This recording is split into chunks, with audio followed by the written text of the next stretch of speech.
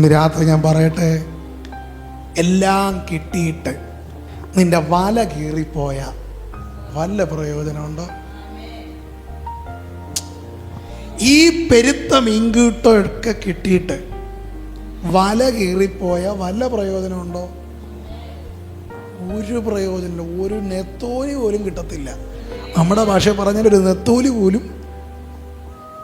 പക്ഷെ ഇന്ന് രാത്രി ശ്രദ്ധിച്ചോ, യേശു തരുന്നതിനൊരു പ്രത്യേകതയുണ്ട്.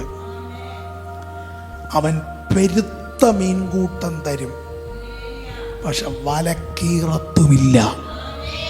എന്ന് വെച്ചാൽ നിന്റെ വലയ്ക്കകത്ത് കയറിയത് അത് കീറി ഇനി വേറൊരുത്തൻ്റെ വലയിൽ പോകില്ല. അത് നീ തന്നെ അനുഭവിക്കും. അത് നീ തന്നെ അനുഭവിക്കും.